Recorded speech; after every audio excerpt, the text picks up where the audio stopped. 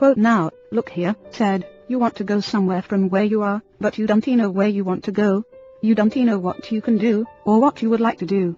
You will have to get your ideas organized before you can expect to start getting anywhere." That is the failure point with many people. They never get anywhere, because they have only a hazy idea where they want to go, what they want to do. No objective leads to no end. We made a thorough analysis, testing this young man's capabilities, and found some assets of personality he did not know he possessed. But it was necessary to supply a dynamic to move him forward, so we taught him the techniques of practical faith. Today he is on the way to achievement. Now he knows where he wants to go, and how to get there. He knows what the best is, and he expects to attain it, and nothing can stop him. I asked an outstanding newspaper editor, an inspiring personality, "How did you get to be the editor of this important paper?" "I wanted to be," he replied simply. "Is that all there is to it?" I asked. "You wanted to be, and so there you are." "Well, that may not be all of it, but that was a large part of the process," he explained.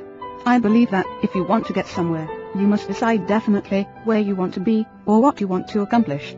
Be sure it is the right objective, then photograph this objective on your mind, and hold it there. Work hard, believe in it, and the thought will become so powerful that it will tend to assure success. There is a deep tendency," he declared, "to become what your mind pictures, provided you hold the mental picture strongly enough, and the objective is sound." So saying, the editor pulled a well-worn card from his wallet and said, "I repeat this quotation every day of my life. It has become my dominating thought. I copied it, and am giving it to you." A man who is self-reliant, positive, optimistic, and undertakes his work with the assurance of success magnetizes his condition. He draws to himself the creative powers of the universe. It is indeed a fact that the person who thinks with positive self-reliance and optimism does magnetize his condition, and releases power to attain his goal. So expect the best at all times. Never think of the worst. Drop it out of your thought, relegate it. Let there be no thought in your mind that the worst will happen. Avoid entertaining the concept of the worst, for whatever you take into your mind can grow there. Therefore take the best into your mind and only that. Nurture it, concentrate on it, emphasize it, visualize it, prayerize it, surround it with faith. Make it your obsession. Expect the best, and spiritually creative mind power aided by God power will produce the best. It may be that as you read this book you are down to what you think is the worst, and you may remark that no amount of thinking will affect your situation. The answer to that objection is that it simply isn't so. Even if you may be down to the worst, the best is potentially within you. You have only to find it, release it, and rise up with it. This requires courage and character, to be sure, but the main requirement is faith. Cultivate faith and you will have the necessary courage and character. A woman was compelled by adversity to go into sales work, a type of activity for which she had no training. She undertook to demonstrate vacuum cleaners from house to house. She took a negative attitude toward herself and her work. She just didn't believe she could do this job. She knew she was going to fail.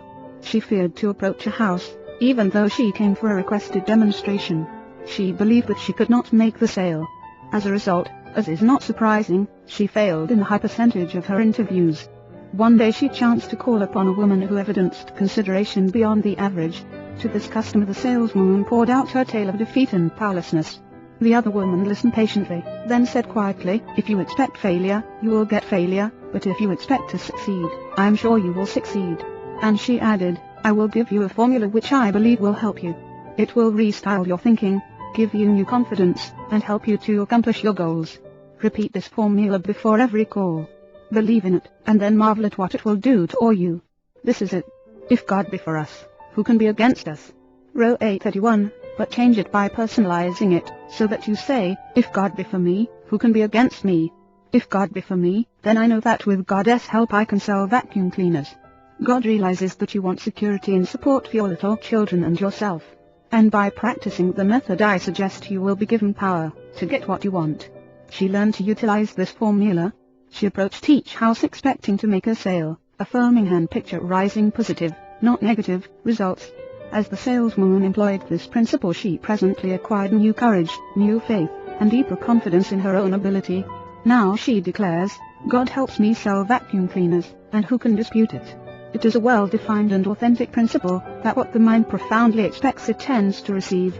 Perhaps this is true, because what you really expect is what you actually want. unless you really want something sufficiently to create an atmosphere of positive factors by your dynamic desire, it is likely to elude you.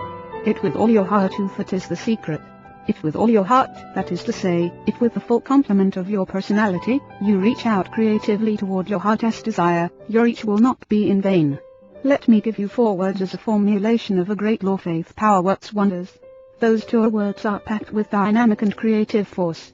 Hold them in your conscious mind. Let them sink into the unconscious and they can help you to overcome any difficulty. Hold them in your thoughts, say them over and over again. Say them until your mind accepts them, until you believe them. Faith power works wonders. I have no doubt about the effectiveness of this concept, for I have seen it work so often, that my enthusiasm for faith power is absolutely boundless. You can overcome any obstacle. You can achieve the most tremendous things by faith power. And how do you develop faith power? The answer is to saturate your mind with the great words of the Bible. That you will spend 1 hour a day reading the Bible and committing its great passages to memory, thus allowing them to recondition your personality. The change in you, and in your experience, will be little short of miraculous. Just 1 section of the Bible will accomplish this for you. The 11th chapter of Mark is enough. You will find the secret in the following words, and this is one of the greatest formulas the book contains. Have faith in God, that's positive, isn't it? For verily I say unto you, that whosoever shall say unto this mountain, that's specific, be thou removed, that is, stand aside, and be thou cast into the sea, that means out of sight. Anything you threw into the sea is gone for good. The Titanic lies at the bottom of the sea, and the sea bottom is lined with ships. Cast your opposition called a mountain into the sea, and shall not doubt in his heart. Why does this statement use the word heart? Because it means you are not to doubt in your subconscious, in the inner essence of you. It isn't so superficial as a doubt in the conscious mind. That is a normal, intelligent questioning. It's a deep fundamental doubt, that is to be avoided, but shall believe, that those things which he saith shall come to pass, he shall have whatsoever he saith.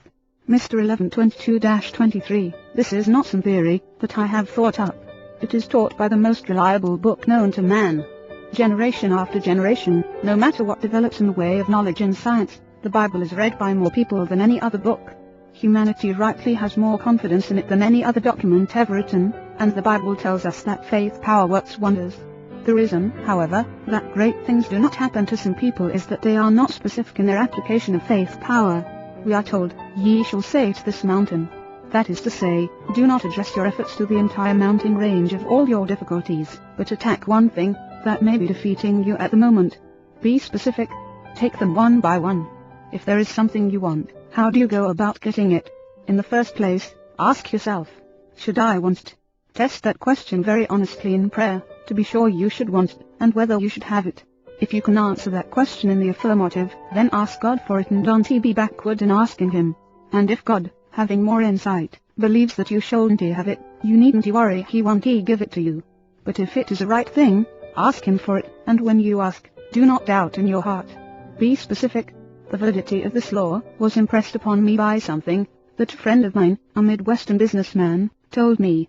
This man is a big, extrovertish, outgoing, lovable gentleman, a truly great Christian.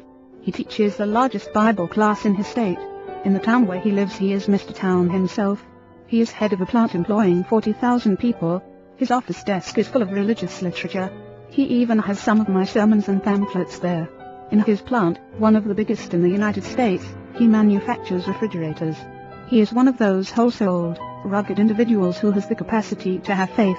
He believes that God is right there in his office with him. My friend said, preach a big faith, not any little old watered-down faith. Don't be afraid that faith isn't scientific enough.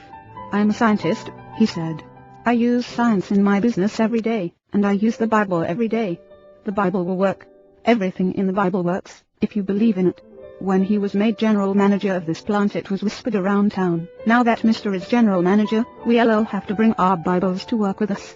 After a few days he called into his office some of the men who were making this remark.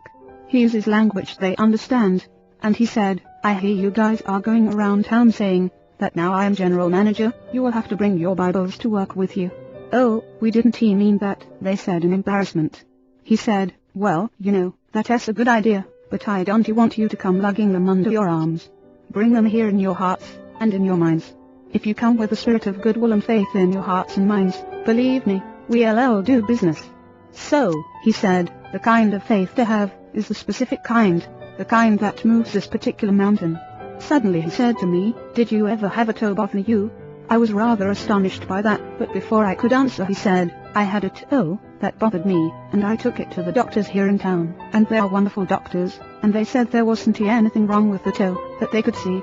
But they were wrong, because it hurt. So I went out, and got a book on anatomy, and read up on toes. It is really a simple construction. There is nothing but a few muscles and ligaments and a bony structure.